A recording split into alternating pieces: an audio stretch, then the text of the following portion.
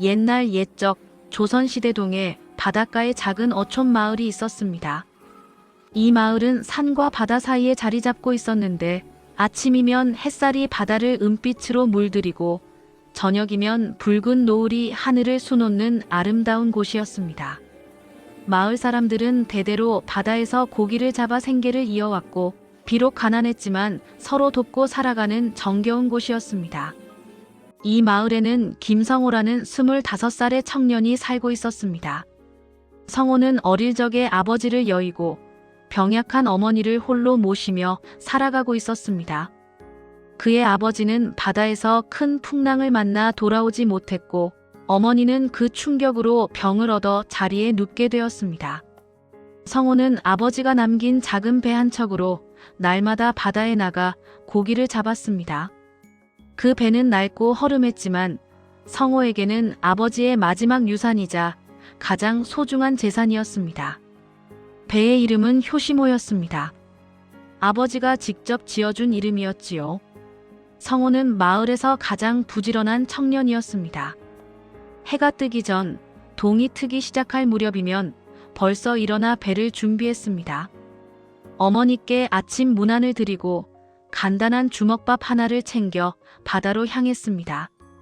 어머니는 아들이 나갈 때마다 걱정스러운 마음을 감출 수 없었습니다.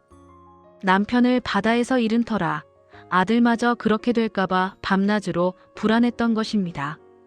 하지만 성호는 늘 밝은 얼굴로 어머니를 안심시키곤 했습니다. 어머니, 걱정 마세요. 제가 조심하겠습니다. 오늘은 꼭 큰 고기를 잡아올 테니 맛있는 것 해드릴게요. 그렇게 말하며 환하게 웃는 아들의 모습에 어머니는 억지로라도 웃으며 손을 흔들어 주었습니다. 바다로 나가는 길에 성호는 마을의 원로인 장영감을 자주 만났습니다. 장영감은 평생을 바다에서 살아온 노련한 어부로 마을 사람들 모두가 존경하는 인물이었습니다. 영감은 성호를 친손자처럼 아꼈습니다. 성호야, 오늘은 바람이 좀 거세다. 너무 깊은 곳으로 나가지 말고 해안 근처에서 조업하는 게 좋겠다. 영감의 조언에 성호는 늘 공손하게 대답했습니다. 예, 영감님. 말씀 명심하겠습니다. 하지만 현실은 녹록지 않았습니다. 해안 근처에서는 고기가 잘 잡히지 않았고 잡히더라도 작은 고기들 뿐이었습니다. 그것으로는 어머니의 약값을 마련하기도 어려웠습니다. 성호의 어머니는 만성적인 기침 질환으로 고생하고 있었는데 약재가 비싸서 제대로 치료를 받지 못하고 있었던 것입니다. 마을에는 박상인이라는 부유한 상인이 있었습니다. 그는 큰 배 여러 척을 소유하고 있었고 마을의 많은 어부들이 그에게 빚을 지고 있었습니다. 박상인은 늘 성호의 배를 탐냈습니다. 성호의 배가 비록 낡았지만 바다에 나가기에 적합한 좋은 배였기 때문입니다. 박상인은 기회가 있을 때마다 성호에게 배를 팔라고 압박했습니다. 김성호, 그 낡은 배로 언제까지 고생할 텐가? 내가 좋은 값에 사주마. 그리고 자네는 내 배에서 일하게. 매달 품삯도 주고 말이야. 박상인의 제안은 언뜻 합리적으로 들렸지만 성호는 거절했습니다. 아버지의 유산을 팔 수 없었고 무엇보다 남의 밑에서 일하기보다는 자신의 배로 독립적으로 살아가고 싶었던 것입니다. 박상인은 성호의 거절에 불쾌해하며 냉소를 보냈습니다. 고집센 녀석. 그래봤자 가난에서 벗어나지 못할 텐데 말이야. 곧 후회하게 될 거야. 그렇게 말하며 비웃고는 가버렸습니다. 그해 여름 유난히 더운 날이었습니다. 성호는 새벽부터 바다에 나갔지만 그날따라 고기가 한 마리도 잡히지 않았습니다. 해가 중천에 떠올랐지만 그물은 여전히 텅 비어 있었고 오후가 되어도 상황은 나아지지 않았습니다. 성호는 마음이 조급해지기 시작했습니다. 어머니의 약이 떨어져 가고 있었고 집에는 양식도 얼마 남지 않았습니다. 이러다가 오늘도 빈손으로 돌아가야 하나. 걱정이 앞섰습니다. 하지만 성호는 쉽게 포기하지 않았습니다. 장영감의 경고를 생각하면서도 조금 더 깊은 바다로 나아가기로 결심했습니다. 아버지, 저를 지켜주세요. 성호는 하늘을 향해 짧은 기도를 올리고는 노를 저어 깊은 바다로 향했습니다. 파도는 점점 거세졌고 하늘에는 먹구름이 끼기 시작했습니다. 불길한 느낌이 들었지만 성호는 계속 나아갔습니다. 한참을 가다가 성호는 그물을 던졌습니다. 잠시 후 그물을 끌어올리는데 묵직한 무게가 느껴졌습니다. 드디어 큰 고기를 잡았나? 기쁜 마음으로 힘껏 그물을 당겼습니다. 하지만 그물 안에 있던 것은 고기가 아니었습니다. 커다란 거북이 한 마리가 그물에 걸려 있었던 것입니다. 거북을 자세히 보니 목에 낚싯줄이 깊이 박혀 있었고 피를 흘리고 있었습니다. 얼마나 아팠을까?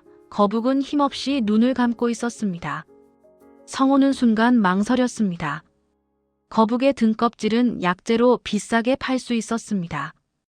이것을 팔면 당분간은 어머니의 약값 걱정을 하지 않아도 될 것 같았습니다. 하지만 성호는 곧 고개를 저었습니다. 아니야, 이 생명도 나와 똑같이 소중하지 않은가. 내가 어려움에 처해 있다고 해서 다른 생명을 희생시킬 수는 없어. 성호는 조심스럽게 거북의 목에 박힌 낚싯줄을 풀기 시작했습니다. 낚싯줄은 깊이 박혀 있어서 빼기가 쉽지 않았습니다. 성호는 자신의 소중한 낚싯바늘을 사용해서 천천히 조심스럽게 줄을 잘라냈습니다. 거북은 아픈지 조금씩 몸을 움직였지만 성호의 손길이 자신을 해치려는 것이 아님을 아는 듯 가만히 있었습니다. 드디어 낚싯줄을 모두 빼냈습니다. 성호는 바닷물로 거북의 상처를 조심스럽게 씻어주었습니다. 이제 괜찮을 거야. 아프지 말고 건강하게 살렴. 성호는 부드럽게 말하며 거북을 바다에 돌려보냈습니다. 놀라운 일이 일어났습니다. 거북은 바로 바다로 들어가지 않고 성호를 향해 3번 고개를 숙였습니다. 마치 감사의 인사를 하는 것처럼 보였습니다. 그리고는 천천히 바닷속으로 사라졌습니다. 성호는 따뜻한 마음으로 거북이 사라지는 모습을 지켜보았습니다. 하지만 현실은 여전히 냉혹했습니다. 시간은 이미 해가 질 무렵이었고 결국 성호는 그날도 고기를 한 마리도 잡지 못한 채 돌아가야 했습니다. 빈배로 돌아가는 길, 성호의 마음은 무거웠습니다. 어머니께 뭐라고 말씀드려야 하나. 해가 완전히 지고 하늘에는 별들이 하나둘 떠오르기 시작했습니다. 성호는 지친 몸을 이끌고 노를 저어 마을로 향하고 있었습니다. 그때 갑자기 바다가 고요해졌습니다. 파도가 멈추고 바람도 멈추었습니다. 마치 시간이 정지한 것 같았습니다. 수평선에서 신비로운 푸른 빛이 피어오르기 시작했습니다. 그 빛은 점점 커지더니 성호의 배를 향해 다가왔습니다. 성호는 놀라 노를 놓고 그 광경을 바라보았습니다. 빗속에서 웅장한 목소리가 울려 퍼졌습니다.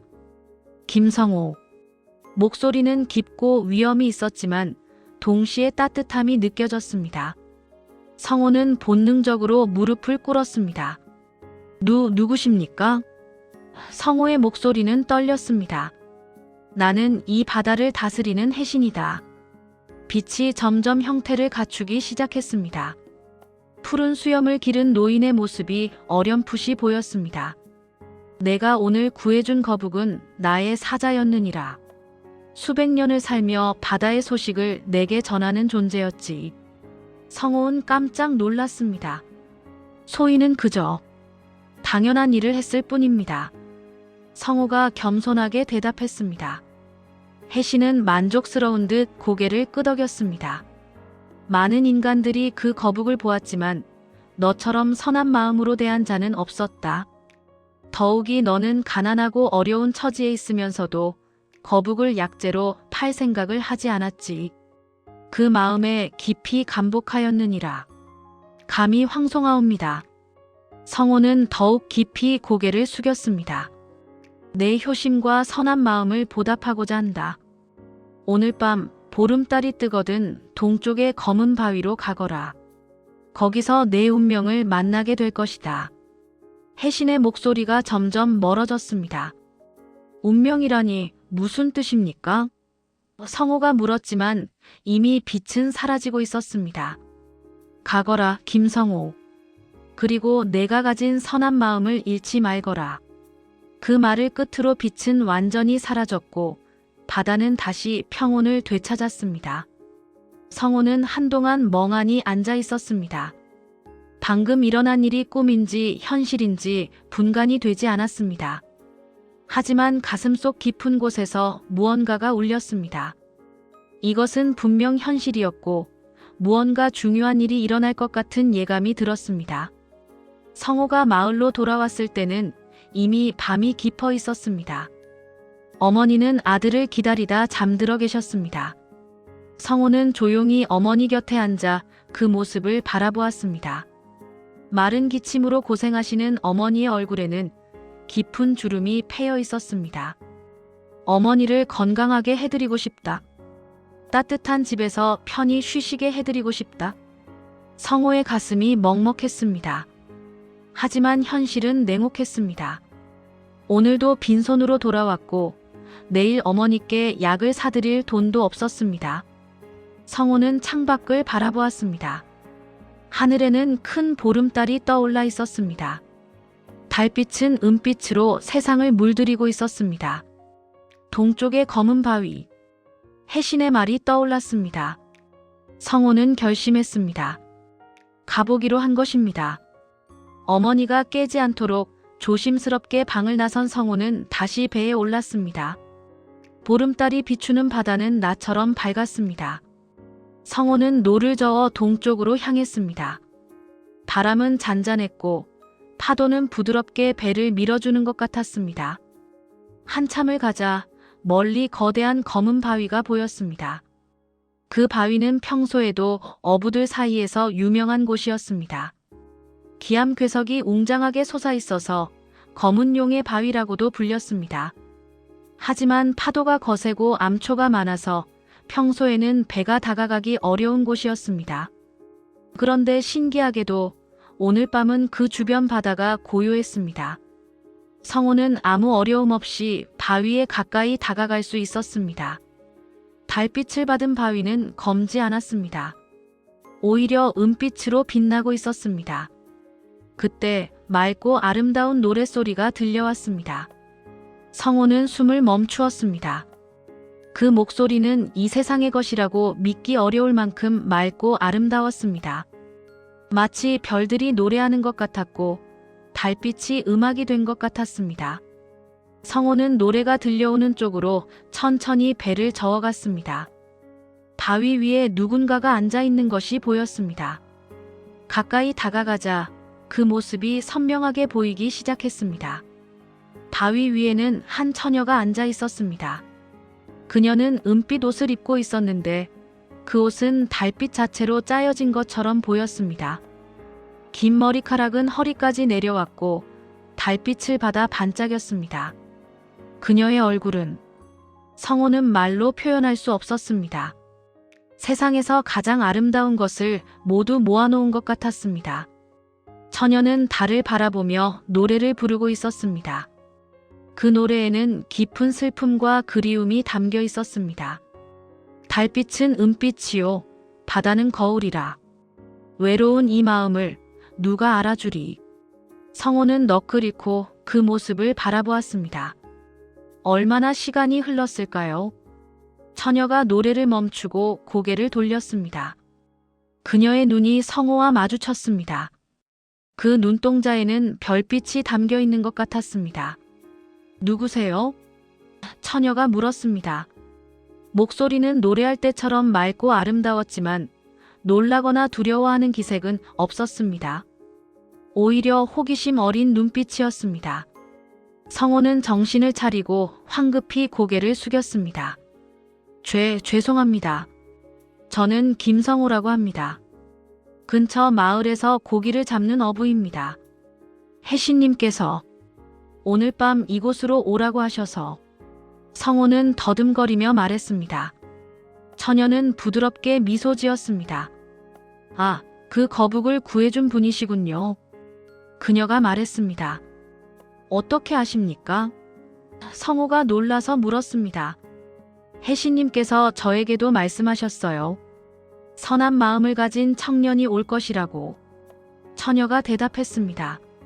저는 월려라고 합니다. 월려. 아름다운 이름이십니다.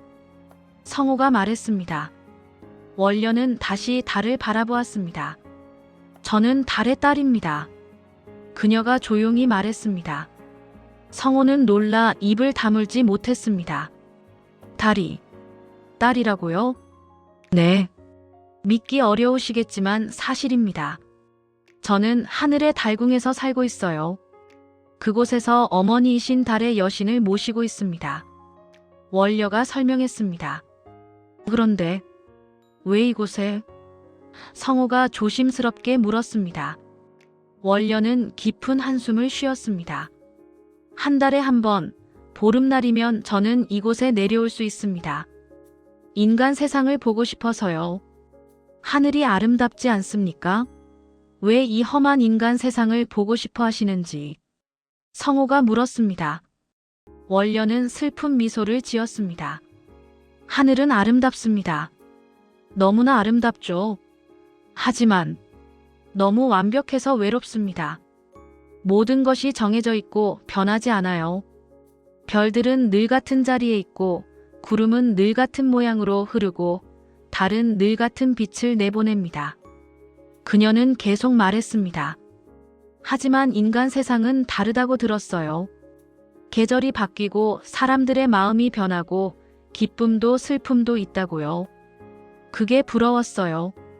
완벽하지 않아도, 아니 오히려 완벽하지 않기 때문에 아름다운 것들이 있다고 믿었어요. 성호는 월려의 말을 듣고 깊이 생각에 잠겼습니다. 인간 세상은 그리 좋은 곳만은 아닙니다.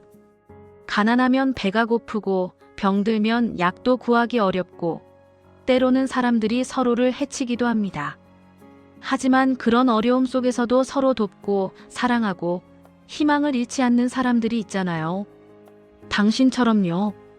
월려가 성호를 바라보며 말했습니다. 거북을 구해준 당신의 마음, 그게 바로 제가 보고 싶었던 인간 세상의 아름다움이에요. 성호는 얼굴이 붉어졌습니다. 저는 그저 당연한 일을 했을 뿐입니다. 당신에게는 당연한 일이지만 모든 사람이 그렇게 하지는 않아요. 혜신님께서 말씀하시기를 많은 사람들이 그 거북을 보았지만 대부분 욕심을 부렸다고 하셨어요. 하지만 당신은 달랐습니다. 월려의 목소리에는 존경심이 담겨 있었습니다. 두 사람은 그날 밤 오랫동안 이야기를 나누었습니다. 월려는 하늘의 이야기를 들려주었습니다. 별들이 어떻게 태어나는지, 은하수가 얼마나 아름다운지, 달궁에서의 생활이 어떤지. 성호는 넋을 잃고 들었습니다. 성호도 땅의 이야기를 들려주었습니다. 사계절의 변화, 바다에서의 일상, 마을 사람들의 이야기, 어머니를 모시는 일. 월려는 눈을 반짝이며 들었습니다. 때로는 웃고, 때로는 슬퍼하고, 때로는 놀라워하며. 달이 서쪽으로 기울 무렵 월려가 말했습니다. 이제 돌아가야 해요. 동이 트기 전에 하늘로 돌아가지 않으면 안 됩니다. 언제 다시 만날 수 있습니까? 성호가 아쉬운 마음에 물었습니다. 다음 보름날 밤 다시 이곳에 오세요. 기다리고 있을게요.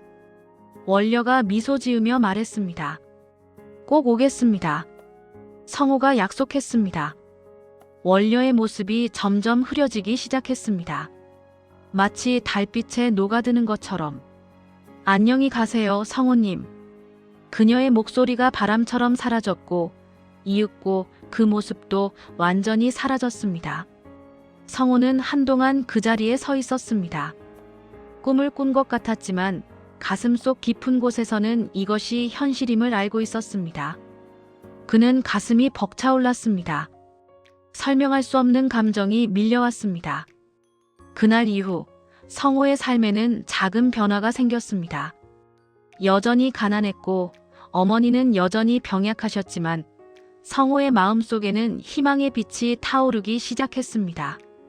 매달 보름날 밤을 기다리는 것이 그의 가장 큰 기쁨이 되었습니다. 두 번째 보름날 밤, 성호는 약속대로 검은 바위로 갔습니다. 원려는 벌써 그곳에 앉아 기다리고 있었습니다.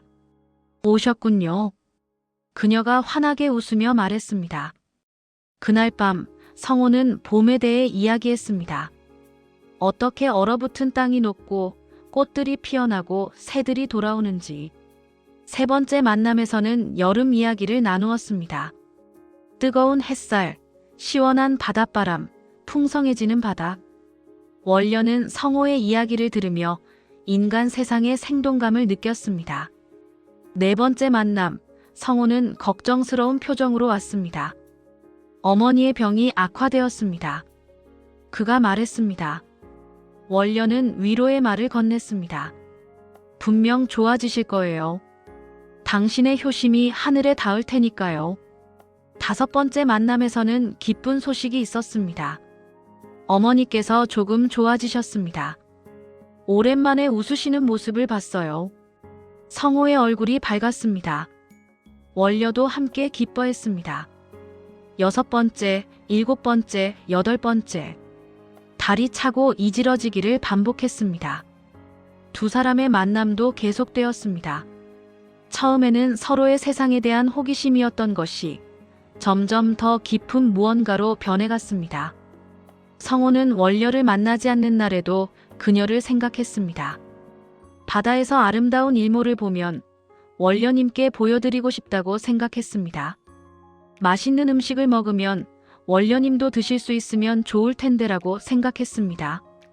어머니가 웃으시면 이 행복을 원려님과 나누고 싶다고 생각했습니다. 원려도 마찬가지였습니다. 하늘에서 별들을 보며 성호를 생각했습니다. 달빛을 내보내며 성호님도 이 빛을 보고 있을까 궁금해했습니다. 다른 신들과 이야기할 때도 마음은 늘 지상에 있었습니다. 열 번째 만남이었을 때 가을이었습니다. 성호는 말했습니다. 원려님, 이제 제가 감히 고백할 게 있습니다. 무엇인가요? 원려가 물었습니다. 저는. 성호는 망설였습니다. 하늘의 딸에게 어떻게 이런 말을 할 수 있을까? 하지만 더 이상 참을 수 없었습니다. 저는 당신이 좋습니다. 아니, 사랑합니다. 원려는 놀란 듯 성호를 바라보았습니다. 그러다가 천천히 미소 지었습니다. 저도요. 그녀가 조용히 말했습니다. 정말입니까? 성호가 믿기지 않는다는 듯 물었습니다. 네. 저도 당신을 사랑하게 되었어요. 처음에는 호기심이었어요. 인간 세상에 대한 당신에 대한 호기심. 하지만 시간이 지나면서 그게 사랑으로 변했어요. 원려가 고백했습니다. 하지만 저는 가난한 어부일 뿐입니다. 당신은 하늘의 딸인데. 성호가 말했습니다. 그런 건 중요하지 않아요. 당신의 효심, 선한 마음, 남을 돕는 모습. 그 모든 것이 저를 변화시켰어요. 이제 저는 하늘보다 이곳이 더 그리워요. 당신과 함께 있을 때가 가장 행복해요. 원려의 눈에는 진심이 담겨 있었습니다. 두 사람은 서로를 바라보았습니다. 말로 표현할 수 없는 감정이 오갔습니다. 사랑은 신분도 처지도 심지어 세계의 경계도 넘어설 수 있다는 것을 두 사람은 느꼈습니다. 하지만 현실은 녹록지 않았습니다. 성호의 삶은 여전히 어려웠습니다. 고기는 잘 잡히지 않았고 어머니의 병은 나아지지 않았습니다. 설상가상으로 박상인이 빚을 독촉하기 시작했습니다. 어느 날 박상인이 성호를 찾아왔습니다. 김성호, 약값으로 빌려준 돈을 갚아야지. 그는 큰 소리로 말했습니다. 조금만 기다려 주십시오. 이번 달 안에 꼭. 성호가 애원했습니다. 매번 그 소리야. 더 이상 못 기다려. 내일까지. 돈을 안 갚으면 4배를 압류하겠어. 박상인이 으름장을 놓았습니다. 장 영감이 말렸습니다. 박서방, 너무하지 않나? 성호는 효자일세. 조금만 더 기다려주게. 장사는 인정이 없는 법이야. 돈을 빌려줬으면 갚아야지. 박상희는 단호했습니다. 성호는 절망했습니다. 배를 빼앗기면 더 이상 고기를 잡을 수 없었습니다. 그리고 무엇보다 아버지의 유산을 잃는다는 것이 견딜 수 없었습니다. 그날 밤 성호는 잠을 이룰 수 없었습니다. 온갖 생각이 머릿속을 스쳐 지나갔습니다. 원려님께 도움을 청할까? 아니야, 그럴 수 없어. 내 문제는 내가 해결해야 해. 하지만 상황은 더욱 악화되었습니다. 며칠 후 어머니가 심하게 기침을 하기 시작했습니다. 밤새도록 기침이 멈추지 않았고 아침이 되자 피까지 토하셨습니다. 어머니, 어머니. 성호가 다급하게 불렀습니다. 성호야. 어머니는 힘없이 말했습니다. 미안하구나. 이 어미가 짐만 되는구나. 그런 말씀 마세요. 제가 꼭 약을 구해오겠습니다. 성호는 울먹였습니다. 성호는 마을의 약방으로 달려갔습니다. 선생님, 제발 약을 주십시오. 어머니가 위독하십니다. 나중에 꼭 갚겠습니다. 하지만 약방 주인은 고개를 저었습니다. 자네 빚이 이미 많이 밀려있네. 더 이상은 외상으로 줄 수 없어. 제발입니다. 어머니가 죽을 수도 있습니다. 성호가 애원했습니다. 미안하네. 나도 장사를 해야 하는 몸이야. 약방 주인은 냉정했습니다. 성호는 절망에 빠졌습니다. 집으로 돌아오는 길, 그는 하늘을 올려다보았습니다. 보름달이 떠오르고 있었습니다. 오늘이 원려님을 만나는 날이구나. 하지만 성호는 망설였습니다. 이런 상황에서 어떻게 가지? 어머니를 두고 갈 수 없어. 집에 도착하니 어머니의 상태는 더욱 나빠져 있었습니다. 숨소리가 가빴고 의식도 희미했습니다. 성호는 어머니 곁을 지켰습니다. 눈물이 흘러내렸습니다. 아버지, 제발 어머니를 구해주세요. 성호는 기도했습니다. 그때 창문 밖에서 달빛이 비쳤습니다. 평소와는 다른 더욱 밝은 빛이었습니다. 성호는 그 빛을 보고 깨달았습니다. 원려님, 원려님께서 부르고 계시는 거야. 성호는 결심했습니다. 비록 보름달이 떴지만 지금은 어머니 곁을 지켜야 할 때였습니다. 그는 창가에 서서 달을 바라보았습니다. 원려님, 죄송합니다. 오늘은 갈 수 없습니다. 어머니가 위독하십니다. 부디 이해해 주세요. 하지만 그때 놀라운 일이 일어났습니다. 달빛이 점점 밝아지더니 성호의 작은 방 안을 가득 채웠습니다. 그 빛 속에서 원려의 목소리가 들려왔습니다. 성호님. 목소리는 걱정스러웠습니다. 원려님. 성호가 놀라 외쳤습니다. 빛 속에서 원려의 모습이 나타났습니다. 완전한 모습은 아니었지만 윤곽이 보였습니다. 성호님, 제가 느꼈어요. 당신의 고통을. 그녀가 말했습니다. 어떻게 여기까지? 성호가 물었습니다. 보름날 밤에는 제 힘이 강해져요. 당신이 오지 않자 걱정이 되어 이렇게 와봤습니다. 원려가 설명했습니다. 그녀는 어머니를 바라보았습니다. 어머님의 상태가 좋지 않으시네요. 약을 구하지 못했습니다. 돈이 없어서. 성호는 고개를 떨구었습니다. 원려는 잠시 생각하더니 자신의 옷에서 은빛 실 하나를 뽑아냈습니다. 그 실은 달빛처럼 빛났습니다. 이것을 드릴게요. 그녀가 말했습니다. 이게 뭡니까? 성호가 물었습니다. 이것은 달의 은실입니다. 하늘에서만 얻을 수 있는 귀한 것이에요. 이 실로는 두 가지를 할 수 있습니다. 원려가 설명했습니다. 두 가지요? 첫째, 이 실로 그물을 짜면 평생 고기가 풍성하게 잡힐 거예요. 가난에서 벗어날 수 있습니다. 둘째, 이 실을 물에 담가 환자에게 드리면 어떤 병이든 나을 거예요. 원녀의 목소리는 진지했습니다. 성호는 그 말을 듣고 숨을 멈췄습니다. 그렇게 귀한 것을. 하지만 한 가지만 선택할 수 있어요. 그물로 쓰면 병을 고칠 수 없고 병을 고치는 데 쓰면 그물은 만들 수 없습니다. 한 번만 사용할 수 있는 것입니다. 원녀가 덧붙였습니다. 성호는 은실을 바라보았습니다. 그것은 그의 손에서 부드럽게 빛났습니다. 그의 머릿속에서 수많은 생각이 스쳐 지나갔습니다. 만약 이것으로 그물을 짜면 평생 가난에서 벗어날 수 있어. 어머니께 좋은 음식도 드릴 수 있고 따뜻한 집에서 살 수 있어. 박상인의 빚도 갚을 수 있고 마을 사람들에게도 도움을 줄 수 있어. 그리고 언젠가는 어머니의 병도 천천히 낫게 할 수 있을 거야. 돈이 있으면 좋은 약을 살 수 있으니까. 하지만 성호는 어머니를 바라보았습니다. 숨을 헐떡이시는 어머니, 지금 당장 도움이 필요한 어머니. 만약 오늘 밤을 넘기지 못하시면 아무리 나중에 돈이 많아진들 무슨 소용인가. 성호는 망설임 없이 말했습니다. 어머니를 살려주세요. 원녀는 놀란 듯 성호를 바라보았습니다. 생각해보세요. 이것으로 평생 부유하게 살 수 있는데 돈보다 어머니가 중요합니다.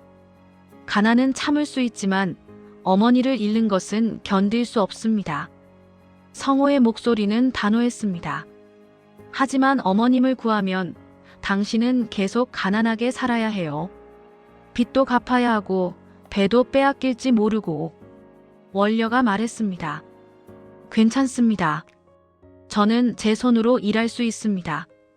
배를 잃더라도 다른 방법을 찾을 수 있습니다.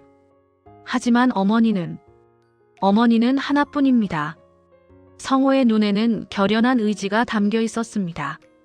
원녀는 깊이 감동했습니다. 그녀의 눈에도 눈물이 맺혔습니다. 당신은 정말 대단한 분이에요.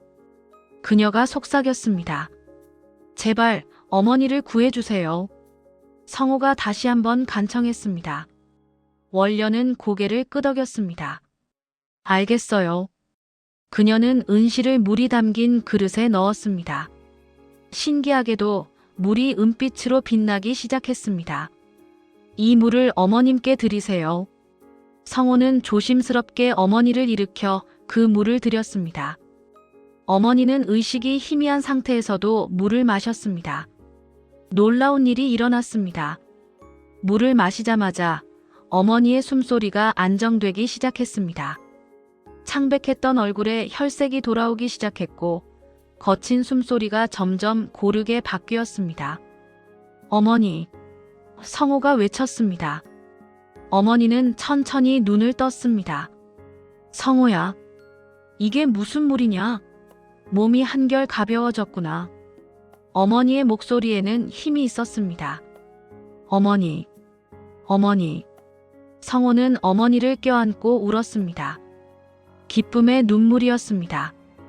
원녀는 그 모습을 지켜보며 미소 지었습니다.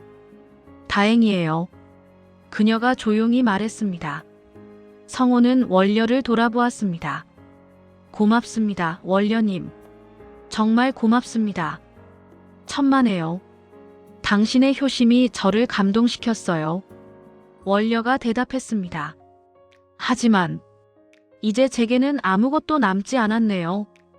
귀한 선물을 한 번에 다 써버렸으니. 성호가 쓸쓸하게 웃었습니다. 아니에요. 당신에게는 가장 중요한 것이 남아있어요. 어머님과 그리고 선한 마음이요. 원녀가 말했습니다. 그녀의 모습이 점점 흐려지기 시작했습니다.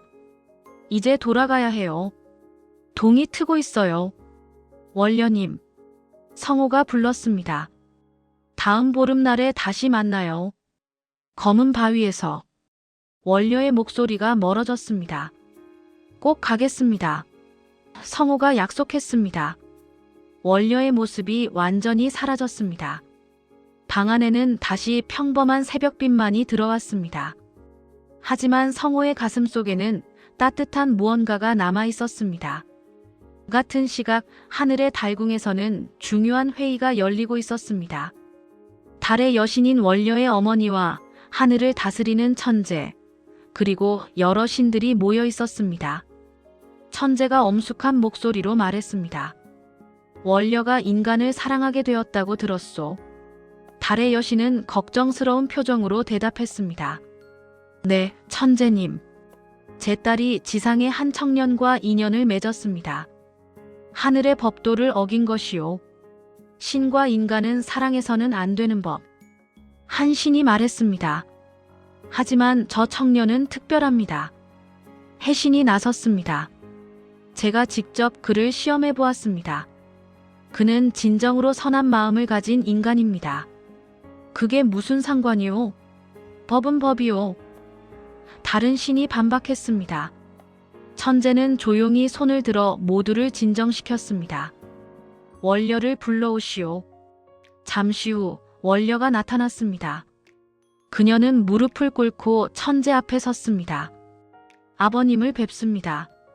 원려야, 내가 인간을 사랑하게 되었다는구나. 천재가 물었습니다. 네, 죄송합니다. 원려는 고개를 숙였지만 목소리는 떨리지 않았습니다. 무엇이 그리 좋더냐? 하늘의 자유를 버리고 인간을 사랑할 만큼. 천재가 물었습니다. 원려는 천천히 고개를 들었습니다. 아버님, 제가 하늘에서 배운 것은 완벽함이었습니다. 하지만 성호님에게서 배운 것은 진실함입니다. 그는 가난해도 욕심부리지 않고 어려워도 남을 돕고 자신의 행복보다 어머니의 생명을 선택했습니다. 그런 마음이 저를 변화시켰습니다. 천재는 잠시 생각에 잠겼습니다. 해신, 그대가 그 인간을 시험했다고 했는가? 네, 천재님. 오늘 밤에도 그를 시험했습니다. 원려가 귀한 은실을 주었을 때 그는 불을 선택할 수도 있었습니다. 하지만 그는 망설임 없이 어머니의 생명을 선택했습니다. 해신이 설명했습니다. 천재는 고개를 끄덕였습니다. 달의 여신이 말했습니다. 천재님, 제 딸을 벌하시려면 저를 벌하십시오. 제가 딸을 제대로 가르치지 못했습니다. 아니요, 어머님. 원려가 외쳤습니다. 이것은 제 선택이었습니다. 천재는 두 모녀를 바라보았습니다. 그리고 천천히 입을 열었습니다. 원려야. 네, 아버님. 내 마음이 진심임을 알겠다. 그리고 그 인간, 김성호의 마음도 순수함을 알겠다. 천재가 말했습니다. 원려는 놀라 천재를 바라보았습니다. 하지만 하늘의 법도를 함부로 깰 수는 없다. 내가 인간이 되어 내려가는 것은 허락할 수 없느니라. 천재의 말에 원려의 얼굴이 어두워졌습니다. 하지만 천재가 계속 말했습니다. 특별히 허락하노라. 1년에 한 번이 아닌 매달 보름마다 내가 그를 만날 수 있도록. 정말입니까? 원려의 얼굴이 환해졌습니다. 단 인간 세상에 해를 끼쳐서는 안 되고 하늘의 일도 소홀히 해서는 안 된다. 그리고 인간이 되어 내려갈 수는 없다. 이것이 조건이니라. 천재가 엄숙하게 말했습니다. 감사합니다, 아버님. 원려는 깊이 절했습니다. 꼭 조건을 지키겠습니다. 달의 여신도 천재께 절했습니다. 고맙습니다, 천재님. 천재는 부드럽게 미소 지었습니다.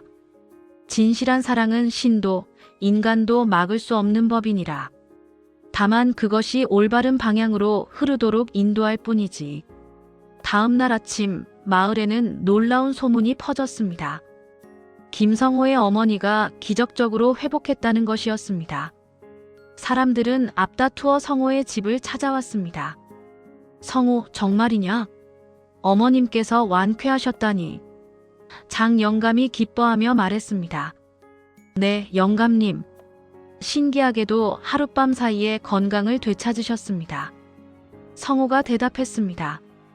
그것 참 다행이로구나. 하늘이 효자를 돕는구만.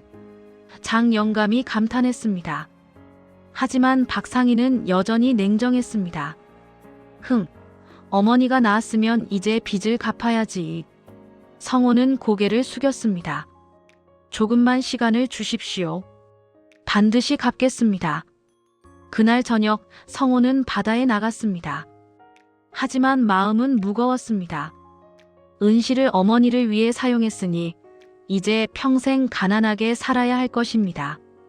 하지만 후회는 없었습니다. 어머니가 건강을 되찾은 것만으로도 충분히 행복했습니다.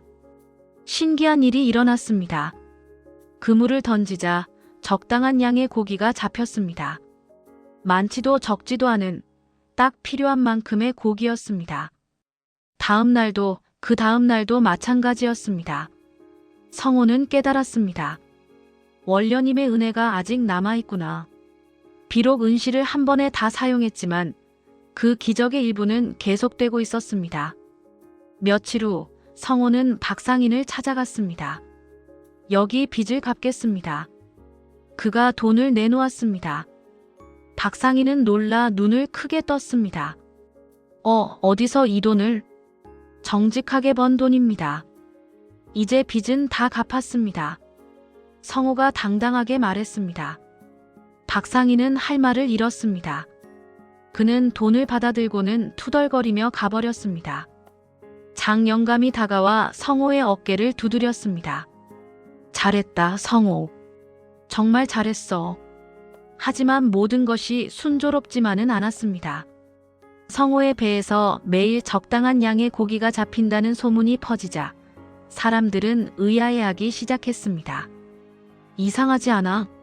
김성호 배에서만 계속 고기가 잡히다니. 한 어부가 수군거렸습니다. 그러게 말이야. 우리는 한 마리도 못 잡는데. 다른 어부가 맞장구 쳤습니다. 박상인은 이 기회를 놓치지 않았습니다. 그는 성호에 대한 의심을 부추겼습니다. 분명 뭔가 비밀이 있을 거야. 김성호 놈이 무슨 수작을 부리는 게 틀림없어. 마침 한 어부가 말했습니다. 그런데 말이야, 보름날 밤마다 김성호가 배를 타고 어디론가 간다더군. 뭐? 보름날 밤마다? 박상인의 눈이 반짝였습니다. 그래. 내 친척이 봤다는데 동쪽 바다로 간다더라. 어부가 대답했습니다. 박상인은 계획을 세웠습니다. 좋아, 다음 보름날에 몰래 따라가 보자.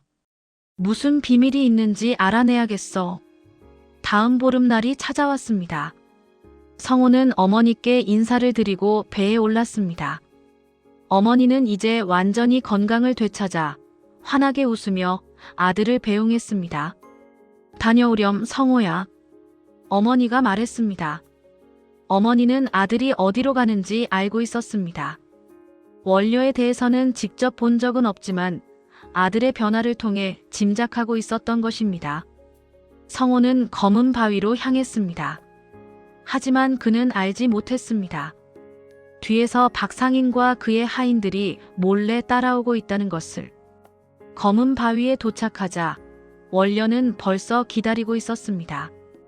달빛을 받은 그녀의 모습은 더욱 아름다웠습니다. 원려님.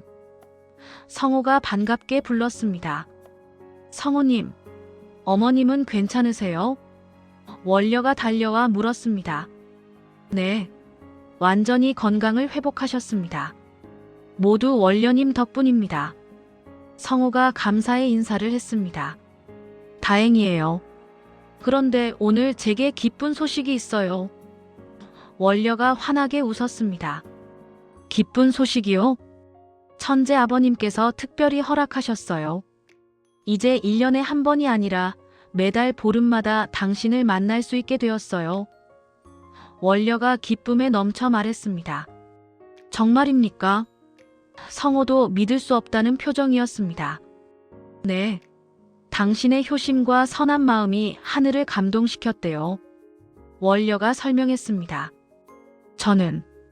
저는 그저 당연한 일을 했을 뿐인데. 성호가 겸손하게 말했습니다.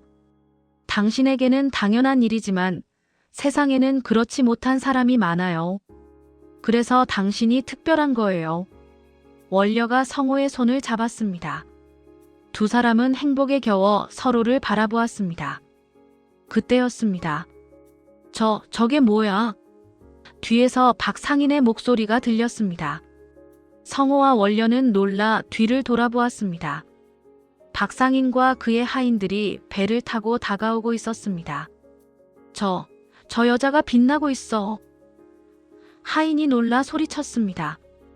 박상인은 욕심에 찬 눈으로 원려를 바라보았습니다.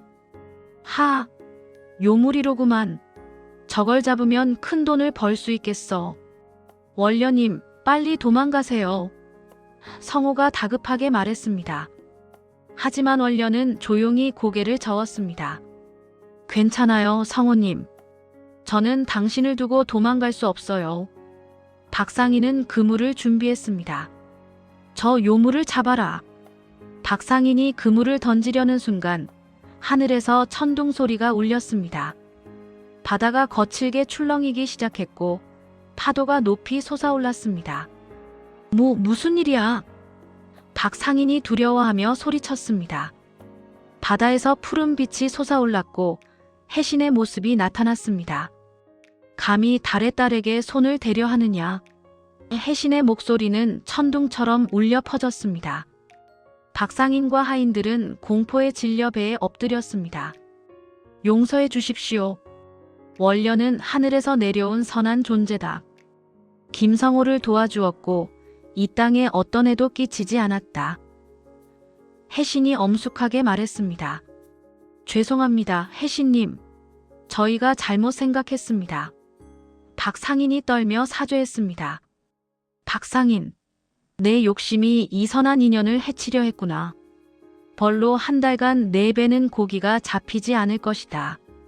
그동안 내 마음을 돌아보거라. 해신이 선고했습니다.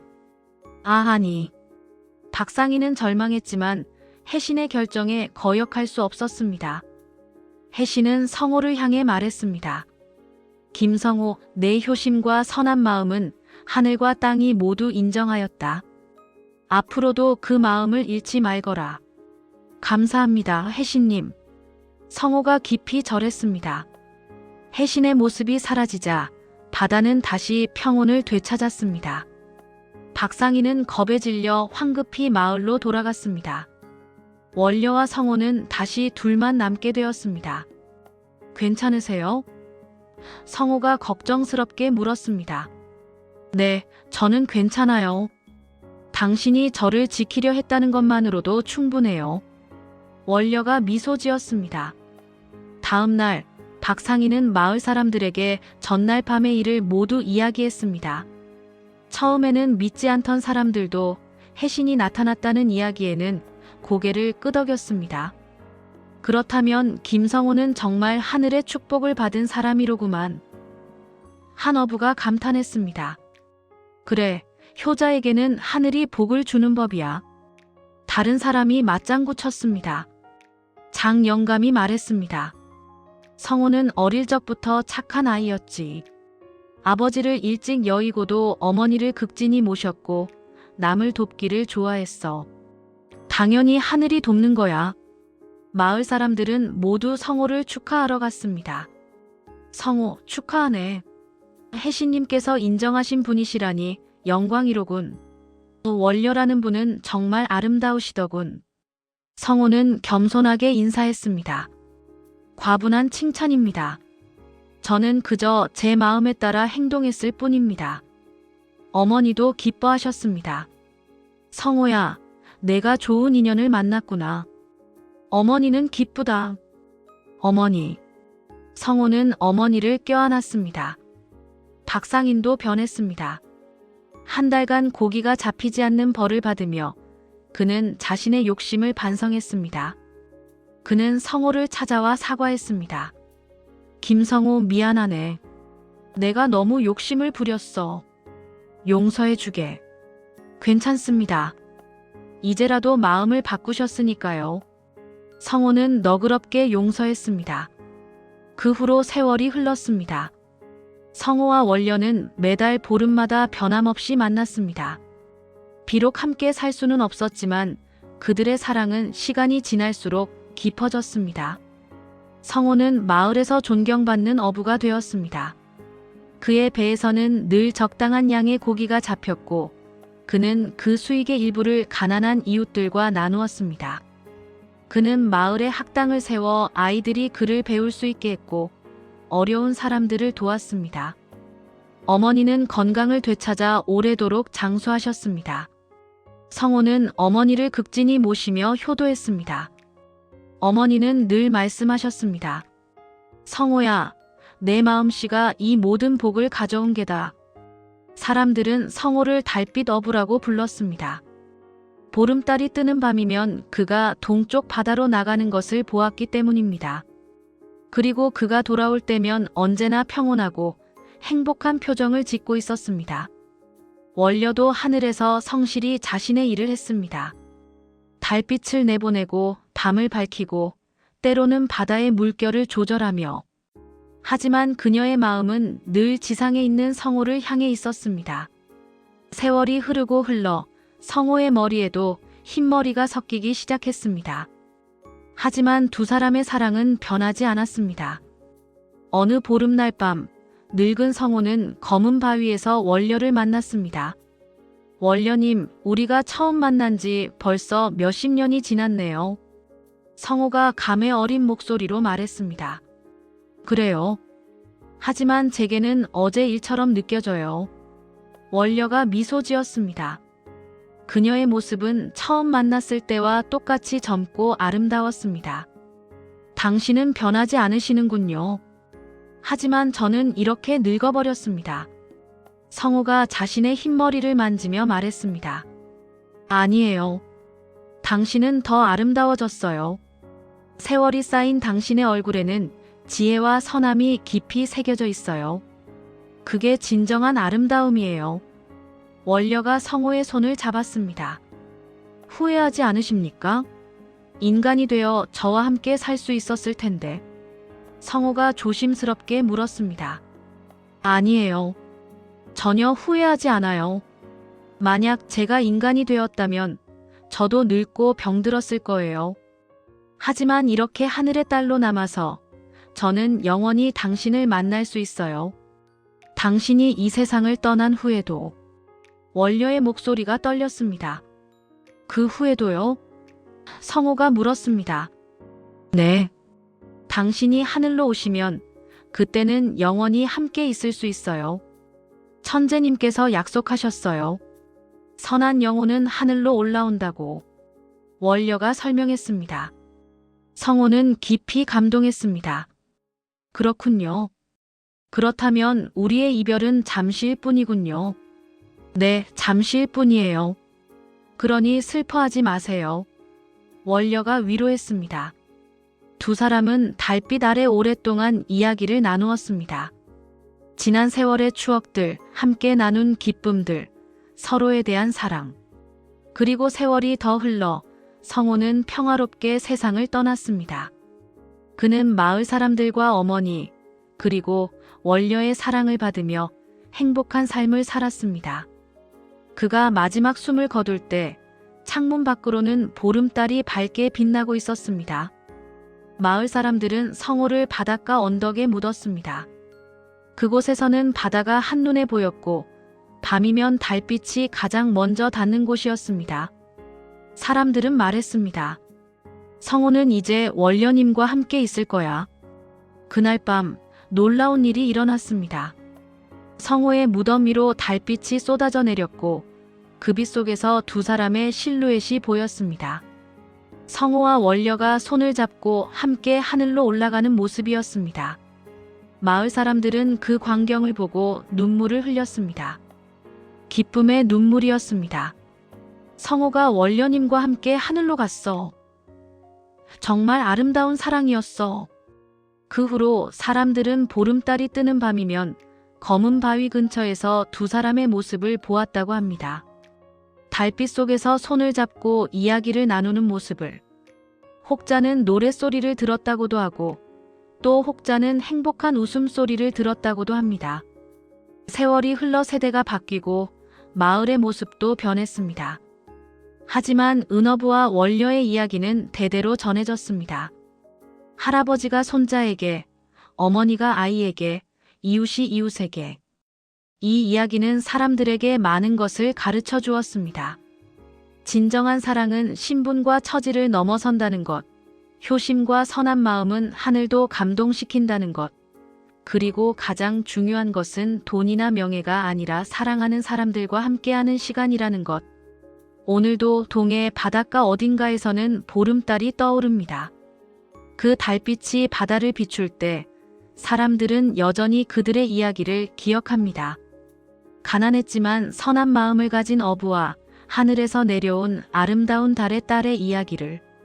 그들의 사랑은 죽음도, 시간도, 세계의 경계도 넘어서 영원히 계속되고 있습니다. 달이 뜨는 한, 바다가 있는 한, 사람들이 사랑하는 한. 그들의 이야기는 계속될 것입니다. 보름달이 뜨는 밤, 혹시 당신도 바닷가에 나가보시기 바랍니다. 어쩌면 달빛 속에서 두 사람의 모습을 볼 수 있을지도 모릅니다. 그리고 그들의 사랑 이야기를 들을 수 있을지도. 이것이 바로 은어부와 원려의 이야기입니다. 사랑과 효심, 선함과 희생에 대한 이야기. 그리고 무엇보다 진정한 사랑은 영원하다는 것을 보여주는 이야기입니다.